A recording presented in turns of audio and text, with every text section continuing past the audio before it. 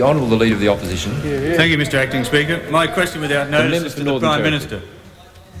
Is it a fact that for the first time in 3 years the National Australia Bank has raised interest rates on fixed-rate mortgages in response to your unfunded budget deficit? Can the Prime Minister rule out any further increases in home mortgage interest rates as a result of the government's huge budget and current account deficits? The Honourable Prime Minister. Mr Speaker, it's interesting, isn't it? This man believes in a free market, laissez-faire economics, but when one bank decides to shift its price, the price of its two out of a stack of them, then the regulators in you all come out and want to dram them back.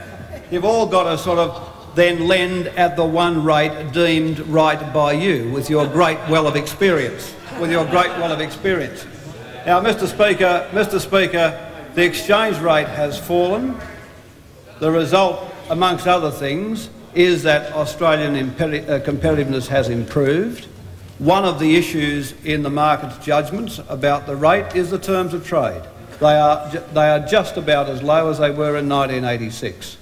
And the market's made a judgment about that. Also the fact that Germany, with a total inflation fetish, now has interest rates at 9%, which is putting, of course, currency markets around the world under pressure, most particularly the United States. Now that's the position. It's not our budget policies. And let me make this point to the Leader of the Opposition. The Leader of the Opposition is berating us for our budgetary policies, where we have a stimulus of about 1% of GDP this year going into the economy.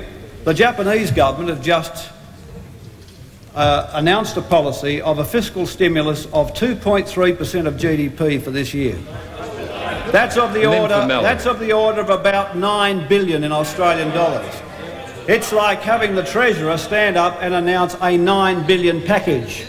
And let me tell you that Mr Greenspan, the Chairman of the US Federal Reserve Board, has said that he hopes that the Japanese package works on the Western economies because there's not much that US fiscal policy can do, given the fact that the US government didn't do much about their budget policies in the good times of the 80s. It's now they can't use fiscal policy now to expand the economy, and he's hoping Japan will offset some of the more excessive things being done by the Germans. He's a business economist. He's not someone coming at the economic commentary from the left or from some other model, but a model I should have thought you were quite comfortable in over there. What it all proves, Mr Speaker, is that the views, everybody's out of step except the Leader of the Opposition. Mr Greenspan's out of step, the Japanese government's out of step, the Japanese Finance Ministry is out of step, of course the Australian government's out of step, our fiscal policy is out of step, and the fact is, Mr Speaker, one of the interesting things about financial deregulation of the financial system is that banks and others have got to try their hand. And if they want to, for fixed-rate mortgages, lift their rate over a period, it will probably affect their business growth. That's a matter of decision for them. The member for Page.